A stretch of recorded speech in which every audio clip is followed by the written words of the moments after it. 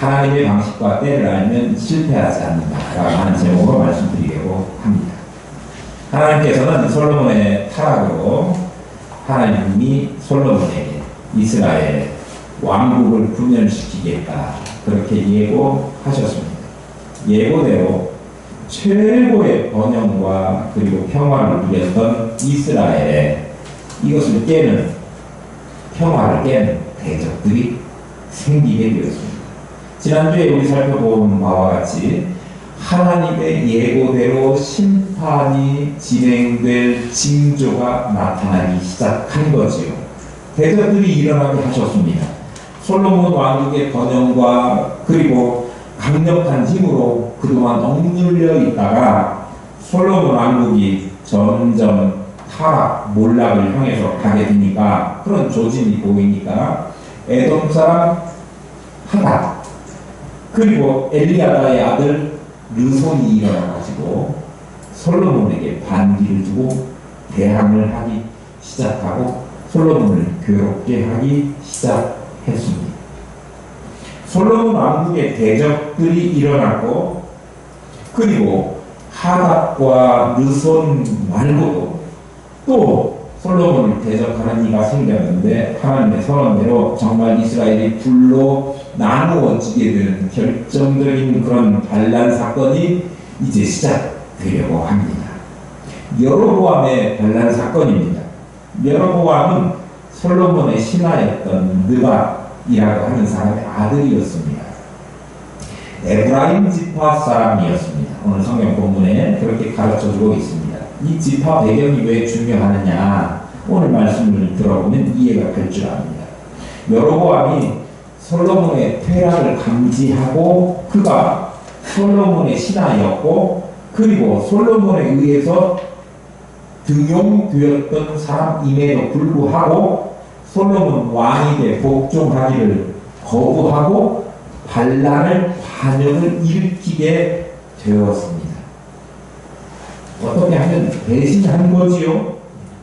여로보암이 솔로몬에게 반기를 든 이유가 27절 이하에 쭉 기록되어 있는데, 솔로몬은 유다 지파의 성읍이라고 할 수 있는 밀로를 건축했습니다. 밀로 말고도 지역 곳곳에 성읍들을 세웠지 않습니까? 나라가 부강해지니까 밀로를 세웠고, 그리고 다윗성을 수축했습니다. 이게 무엇 때문에 그런 일이었느냐 그러면 솔로몬의 왕권과 안전과 또 부강함을 튼튼하게 하기 위해서 했던 일이 이 성읍 수축, 또 밀로 건축, 뭐 이런 일들이었어요. 그런데요, 그 일을 시키면서 에브라임 지파에게 하도록 했다고 하는 이야기예요. 사실 가까이에 있는 유다 지파나 므낫세 지파나 이런 지파들을 시켜서 해야 되는데, 에브라임 지파, 거리상으로도 이 유다 지파보다는 훨씬 거리가 먼 사람들을 불러가지고 그 일을 하게 했고요. 원래 그 일은 이스라엘 백성들이 한 일이 아니고, 9장에 보면 9장 21절 22절 말씀에 보면 어떤 사람들이 했느냐 그러면 그 지역에 살던 사람일지라도 가나안 원주민이었던 사람들, 가지 않고 남아있던 사람들, 그 사람들을 뭐 삼아서? 노예 삼아가지고, 그러니까 이방 사람들을 노예로 붙잡아서 그들에게 시켰던 일이 성읍 건축, 다윗성 수축 이런 일이었단 말이에요. 공사판에다가 투입해가지고 그 일을 하게 한 것이, 오늘날로 말하면 동포 사람이 아니라 외국인 근로자들을 불러다 했다 그런 이야기예요. 요즘 외국인 근로자들도 대접을 잘 해야 합니다. 똑같이 대우해야 돼요. 그런데 옛날 그 당시에 이방 사람들, 외국인 근로자들 사람대를 못 받았습니다. 그리고 노예들 아닙니까? 노예 사는 사람들이니까 그 사람들이 그 노역을 할 때 제대로 된 대우를 받았으니 만무합니다. 그런데 그 일을 외국인 노동자들, 노예 삼았던 이방인들, 그런 사람들이 했었는데, 그 일을 이스라엘 사람들 중에 누구 어떤 지파? 에브라임 지파 사람들을 불러다가 그 노역을 하라고 했어요. 여러분 어떤 생각이 드십니까?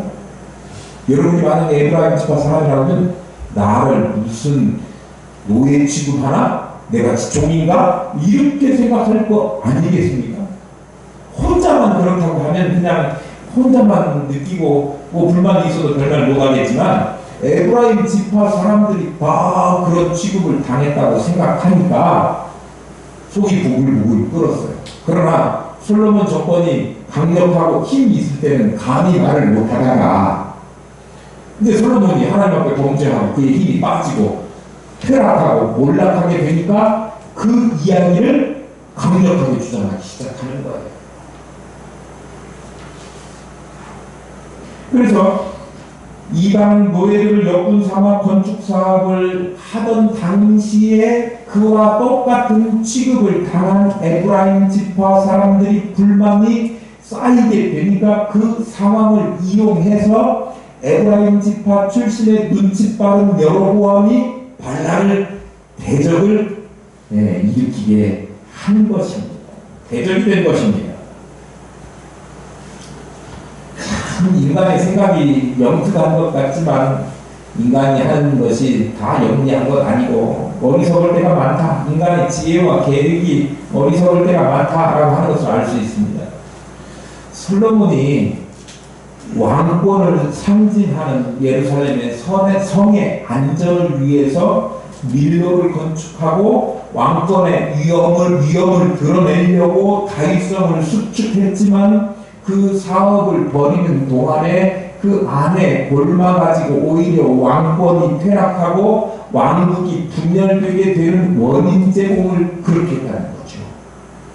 강하게 하려고 했는데 오히려 쇠퇴하게 되는 그런 일을 계획한 거예요. 그러니까 인간의 생각이 지혜롭게 잘 하려고 했다. 그런데 그것이 결국은 결과가 엉망진창이 될 수도 있다고 하는 거예요. 여로보암이 급부상해가지고 하나님을 떠난 솔로몬 자신의 힘을 의지하고 자신의 지혜와 자신의 결정된 그런 뭐라고 해야 돼 계획 이런 것들을 유능한 생각을 했다고 했는데 결국은 허술하고 어리석은 일이 되었다고 하는 거죠. 오히려 그 일을 하게 된 여로보암이 급성장하고 떠오르는 별이 되게 된 거예요. 사실 여로보암은 아무것도 아닌 사람이었습니다. 그냥 왕의 신하였긴 하지만 별로 그렇게 중요한 사람이 아니었어요. 그런데 그가 또 일찍 죽어요. 그리고 엄마 혼자 여로보암을 키워요. 그래서 엄마를 소개하면서 뭐라고요? 과부라고 소개하고 있어요. 당시에 과부라고 하면 사회적인 지위나 그런 것이 최고로 밑에 있는 하류층입니다. 그런 가문에서 태어난 이름 없는 별로 힘 없는 보잘것없는 용사 그가 이제 부상하게 되는 거예요. 성경에서 그를 가리켜서 큰 용사라 그렇게 기록하고 있습니다. 큰 용사라는 말은 원래는 강한 용사 그리고 뛰어난 용사라고 하는 뜻이지만 그러려면 힘께나 있고 권력 있는 용사, 병사, 군인이어야 되잖아요. 그런데 재산이 많거나 권력을 많이 가지거나 그런 의미보다는 그가 유능했다라고 하는 의미로 해석될 수 있는 단어가 큰 용사예요. 왜냐하면 솔로몬이 그의 부지런하고 성실하고 이런 거 보고 솔로몬의 눈에 딱 띄어가지고 그를 솔로몬이 등용해가지고 에브라임 지파가 밀로와 다윗 성읍을 건축하는데 수축하는 데에 감독관으로 발탁하니까요. 그래서 여로보암을 발탁해가지고 구역을 관장하는 감독으로 세웠는데 그 요셉 족속의 일을 감독하게 했다. 성경에 그렇게 기록되고 있죠. 그 요셉 족속이 누구냐 하면 에브라임 지파와 요셉의 두 아들이 에브라임과 므낫세입니다. 에브라임 지파와 므낫세 지파의 일, 다시 말하면 밀로 자율성 수축하는 일을 감독 관리하게 했다 그런 얘기예요.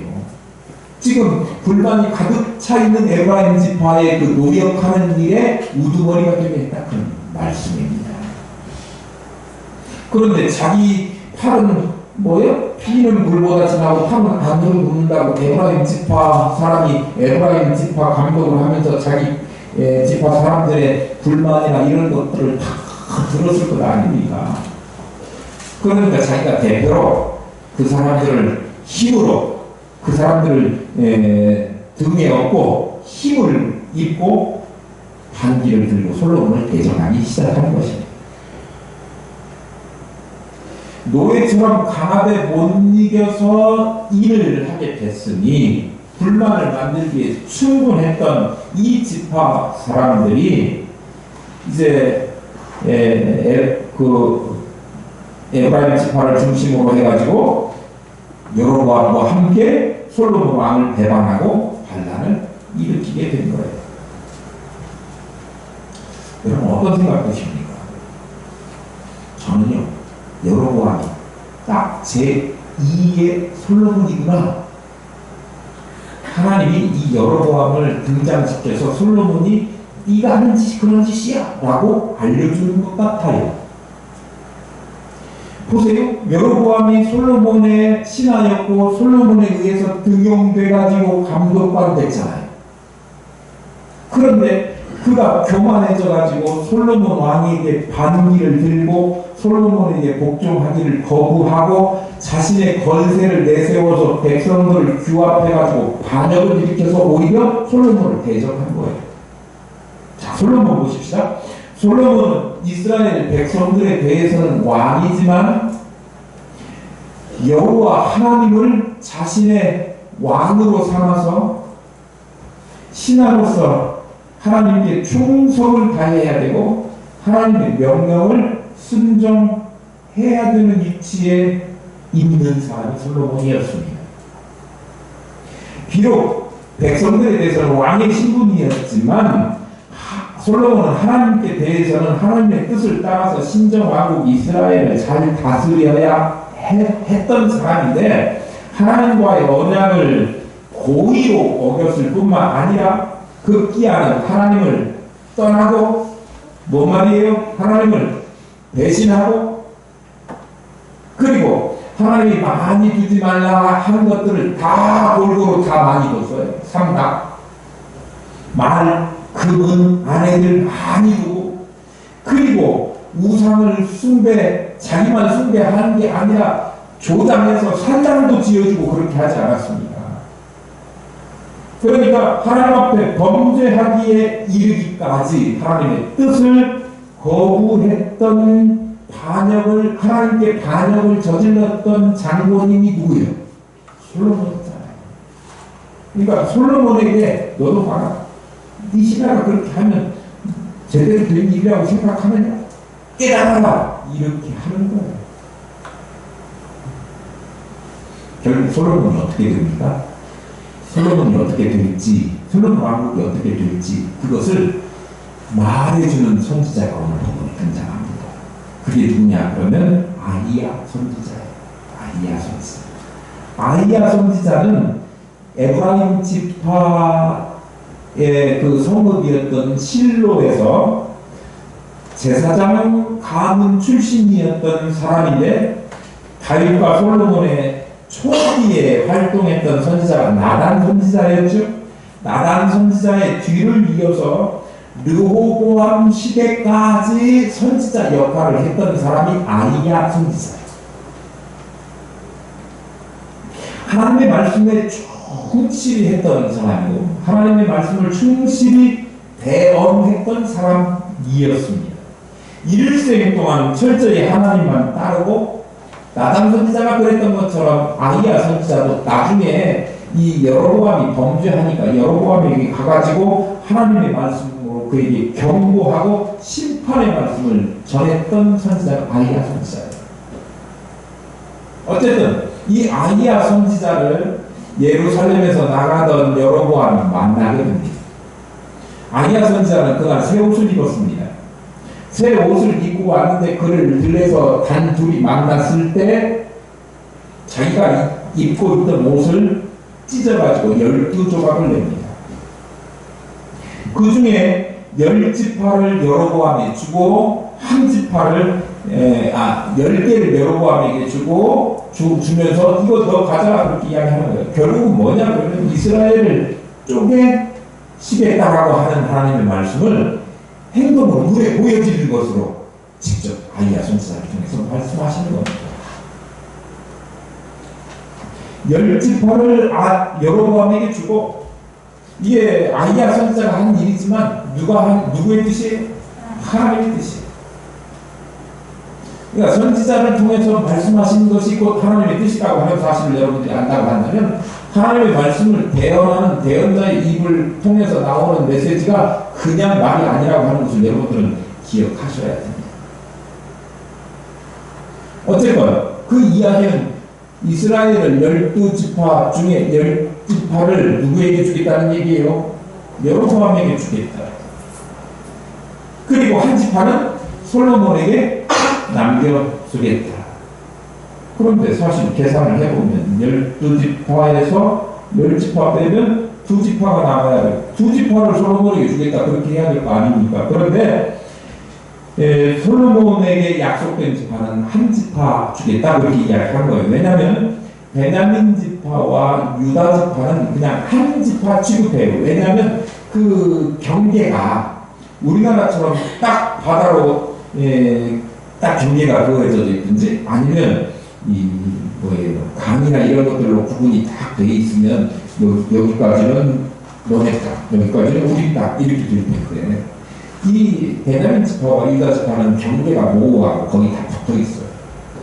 그러니까 그냥 하나 취급하기도 하고 사사시대 때 어떤 일이 있었냐 그러면 베냐민 지파하고 이스라엘의 남은 지파들이 전쟁이 붙었을 때 베냐민 지파가 박살납니다.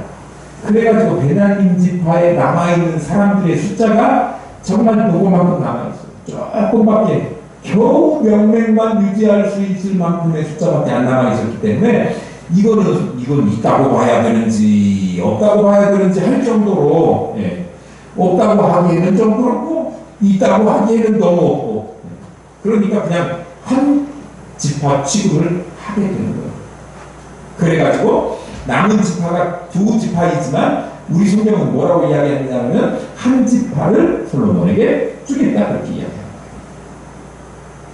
어쨌든 솔로몬이 여호와 하나님을 떠나 시돈 사람의 여신 아스타롯과 모압의 신 그모스와 그리고 암몬 자손의 신 밀곰을 우상으로 섬기고 하나님만 섬겨야 되는데 하나님을 섬기지 않고 하나님의 법도를 떠나고 하나님의 율례와 하나님의 법도를 지키지 않았기 때문에 이스라엘을 쪼개시고 또 분열시키시겠다라고 하는 이야기를 아이야 선지자를 통해서 하시는 거예요. 오늘 주보에도 기록되어 있지만 저는 여기서 중요한 말씀을 드리도록 합니다. 하나님께서 역사를 이루어 가신 방식에 관한 이야기입니다. 오늘 두 가지를 알면 실패하지 않는다. 제가 제목을 정했습니다. 하나님의 방식과 때를 알면 실패하지 않는다. 하나님 일하시는 방식이 무엇인가? 하나님께서 하나님을 떠난 솔로몬에게 징계하시고 깨닫게 하시려고 이스라엘을 쪼개시겠다 그랬는데 그 사실을 아이야 선지자를 통해서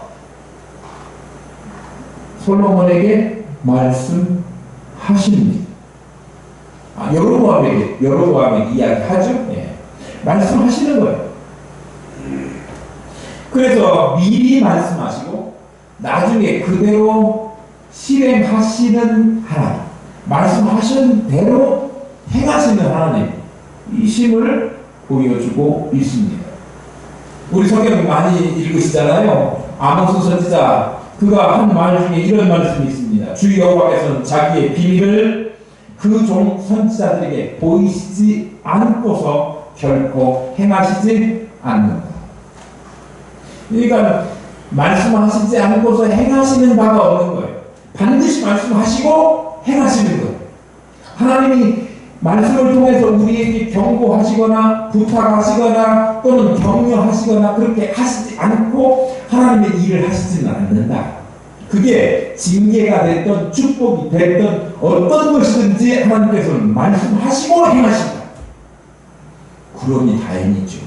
말씀 안 하시고 그냥 집행하시면 우리는 어찌할 바를 모르죠. 그런데 우리는 하나님이 말씀해 주셨기 때문에 말씀해 주신 것을 잊어버리지 않고 그대로 행하면 되죠. 예를 들어서 아버지가 뭐 시켰는데 그대로 하면 되고 안 하면 혼나겠죠. 그런데 말씀도 안 하고 아버지 마음에 안 들었다고 무조건 하기 끝나고 너 이거 해가지고 혼내기만 한다고 하면 이거는 아들 입장에서는 멘붕.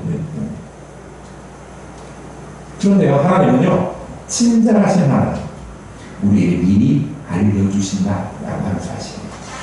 미리 말씀하시는 거죠.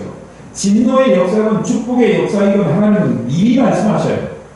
하나님이 홍수로 범죄한 인생들을 심판하시겠다 할 때 노아를 통해서 미리 경고하셨고, 그리고 120년 동안 노아가 방주를 짓잖아요.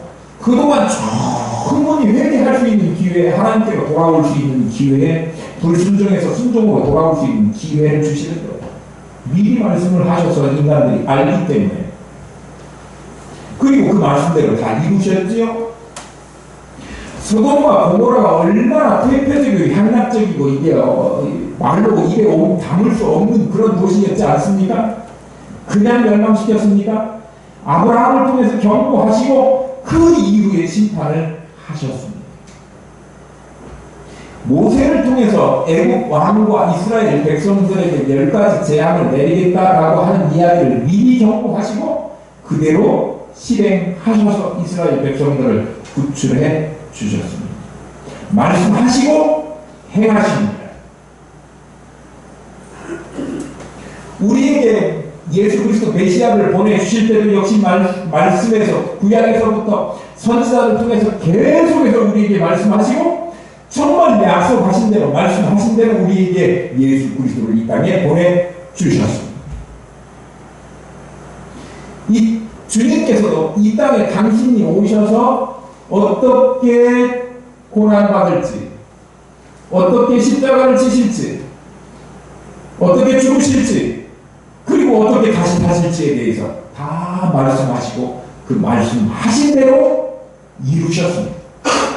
그러니까 하나님은 하나님이 일하시기 전에 반드시 말씀하시고 계시하시고 그 다음에 행하시는 하나님이시라고 하는 사실. 그래서 그 말씀대로 반드시 실행에 옮기시는 신실하신, 우리가 믿을 만한, 아니 의심할 여지가 없는 그 하나님이심을 우리에게 보여주시는 거예요. 그러니까 우리는요 말씀을 의지하고 말씀을 따라가면 되는 거죠. 우리에게 말씀하시지 않고 하나님 마음에 들도록 해라 그러면 얼마나 어렵겠습니까만, 하나님은 우리에게 이미 하나님의 말씀을 주셨고 주님 오시는 재림의 날까지 우리가 그 말씀 붙들고 그 말씀대로 순종하면서 살아가면 된다는 하는 거예요. 분명히 주님 재림에 저림하실 것이다라고 하는 예고를 성경을 통해서 우리에게 주셨기 때문에 주님은 약속하신 대로 그날 오실 것입니다.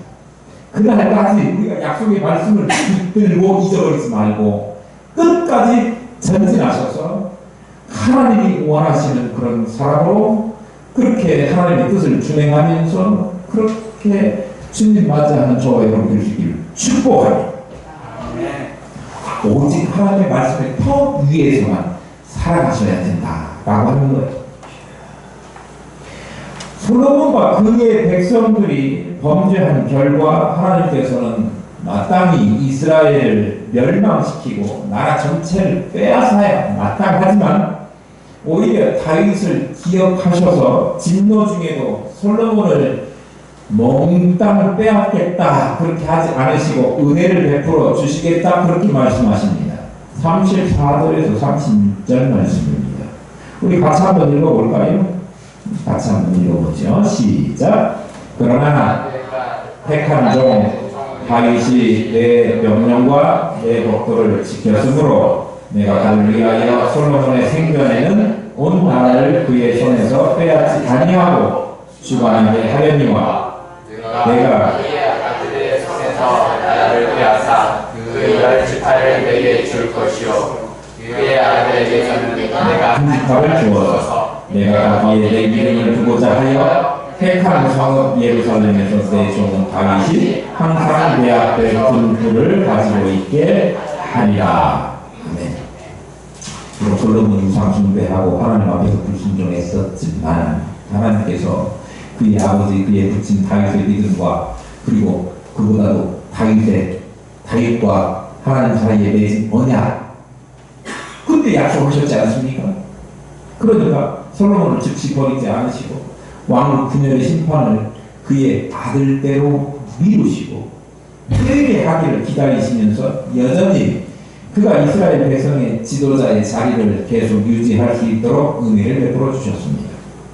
하나님께서 다윗과 맺은 언약을 지키면서 다윗을 등불이 되게 하시겠다 그렇게 말씀하셨어요. 등불이 꺼졌다? 이 비유적으로 이야기하면 뭔 이야기죠? 왕이 영국 여왕이 서거하셨다. 등불이 꺼졌다. 예. 별이 떨어졌다. 뭐 그런 이야기 하지 않습니까? 그런 말이에요. 그런데 등불이 꺼지지 않게 등불이 있게 하시겠다라고 하는 얘기는 꺼지지 않게 하시겠다. 하나님께서 징계를 내리시기는 하지만 한 지파와 한 자손을 통해서 다윗의 왕권을 유지하도록 명령을 유지하도록 하시겠다.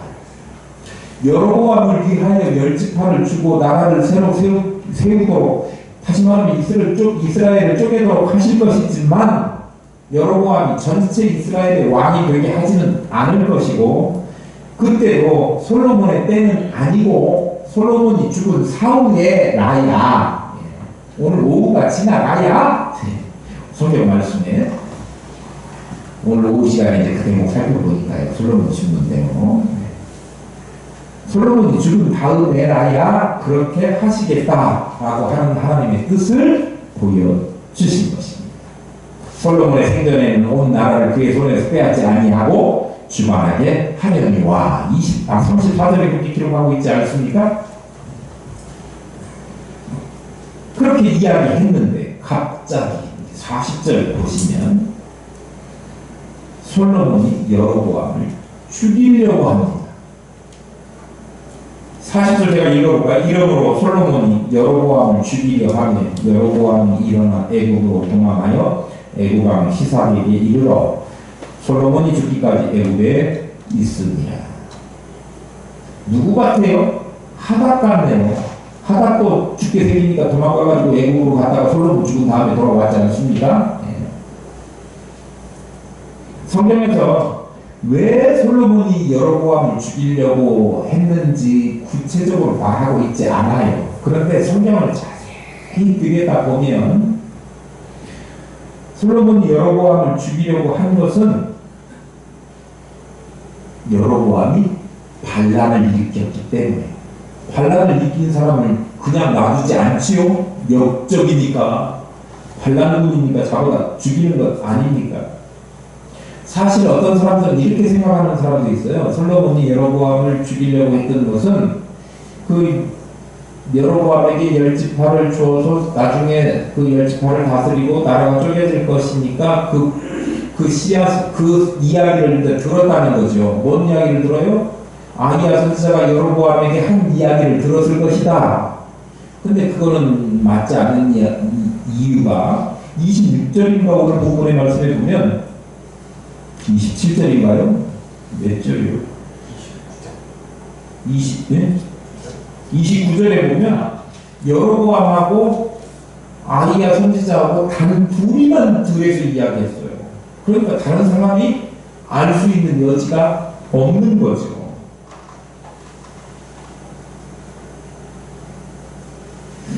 솔로몬이 그 이야기를 전에 들었을 자신이 직접 들었을 일은 더욱 만무하고요. 전에 들었을 이유도 거의 불가능한 일입니다. 왜냐하면 이게 나라를 전복시키고 쿠데타자 이런 이야기를 쉽게 할 수 있는 이야기는 잘못하면 목숨이 왔다 갔다 하고 자기가 죽는 일이기 때문에 그러니까 그 이유는 아니에요. 근데 성경을 자세히 들여다보면 26절에 보면 여로보암이 손을 들어 왕을 대적했다라고 하는 대목이 있어요. 그러니까 이미 여로보암의 이야기를 듣고 대적자가 되었는데 그 대적하게 된 이야기, 배경을 그 뒤에 나오는 말씀들이 설명하는 거예요. 그러니까 이 40절의 내용은 39절에 이어지는 내용이라기보다는 26절에 이어지는 내용이고 그 다른 내용들이 27절부터 39절의 내용이 그 배경을 설명하고 있다 이렇게 이해해야 맞아요. 어찌됐건 여로보암이 이미 반란을 일으켜서 솔로몬을 대적한 거예요. 누구 이끌고? 에브라임 지파 노역하는 사람들 자기 족속들 이끌고 반란을 일으킨 거죠. 그러니까 솔로몬이 그를 반란을 진압하고 죽이려고 하니까 자기의 목숨을 부지하기 위해서 애국으로 망명을 가요. 애국왕 시삭이 그를 잘 보살펴 줍니다. 어쨌든 반란을 일으켰던 여로보암 반란의 결과가 뭡니까? 실패했습니다. 왜 실패했을까요? 원래는 하나님께서 이스라엘 백성들 12지파를 여로보암에게 주겠다 하셨고 네가 10지파의 왕이 되면 하나님의 명령과 법도를 잘 지켜라. 그러면 함께하고 영원하게 해주겠다. 그런 약속을 솔로몬에게 했었던 거와 똑같이 했었어요. 그런데요, 나중에 여로보암이 10지파를 차지하고 왕이 되기는 하지만 성급해가지고 미리 언제? 솔로몬이 죽은 다음에 해야 되는데 솔로몬의 때는 아니라 그랬으니까 솔로몬 죽은 다음에 그 일을 했어야 되는데 자기가 권력을 갖고 싶은 욕심에 빨리 권력을 손에다 넣고 싶은 욕심에 자기가 그 일을 하나님의 때도 아닌데 시작한 거지요. 하나님의 뜻을 아는 것 중요한데 하나님의 때를 기다리지 못하면 반드시 그 사람이 실패하게 되어 있습니다. 그러니까 두 가지를 다 충족시켜야 돼요. 하나님의 방식과 하나님의 때를 기다릴 줄 알아야 되는 거죠. 모든 역사가 사람들이 계획하고 그냥 진행하는 대로 그렇게 되어져 가는 것 같지만 우리가 보면 하나님이 말씀하신 대로 이루어지잖아요. 하나님이 계획하신 대로 이루어지는 거예요. 하나님 말씀하신 대로 그대로 시행하시는 걸 보면 모든 역사의 주권자, 주관자는 하나님이시다라고 하는 사실을 우리가 분명히 알 수 있는데요. 정하신 때에 하나님께서 정하신 때에 하나님의 방식을 따라서 역사는 또 모든 일은 이루어진다라고 하는 사실입니다. 하나님의 때를 기다리지 못하면 실패할 수밖에 없습니다. 그러니까 기도하고 오늘 내 뜻대로 안 된다고 내 기도대로 안 된다고 좌절하고 낙심할 것 아닙니다. 하나님의 때가 되면 반드시 보내주신다. 그런 약속대로 메시아를 보내주셨고 또 무슨 일이 있다 예고하신 대로 그대로 되어진 것들을 제가 말씀드렸지 않습니까? 오늘 성경은 우리에게 그대로 우리의 삶에 있어서도 역시 그대로 하나님의 말씀대로 이루어질 것인데 그 때가 찰 때까지 기다리고 인내하면 뭐예요? 실패하지 않을 것이에요. 그렇지 않고 자기 생각대로 그 뜻을 하나님의 때는 아닌데 내가 그 때를 앞당기려고 했다가 하면 잘못하면 실패의 쓴 경험을 하게 된다는 거예요. 그러니까 우리가요 기도하고 낙심하지 말 것은 하나님께서 때가 되면 이루시고 또 응답하시는 하나님이심을 약속대로 하신 대로 약속하신 대로 다 이루시는 하나님이시기에 우리는 믿고 그대로 순종하면 되는데요. 때를 기다릴 줄 알아요. 그래서 실패하지 않고 이 땅에서 하나님의 뜻대로 살아가는 하나님의 섭리의 주인공으로 살아가는 그런 저와 여러분 되어야 될 줄로 믿습니다. 오늘 두 가지 꼭 기억하십시다. 하나님의 방식과 하나님의 때를 기다릴 줄 아는 사람. 예, 저와 여러분 그런 사람들 다 될 수 있기를 축복합니다.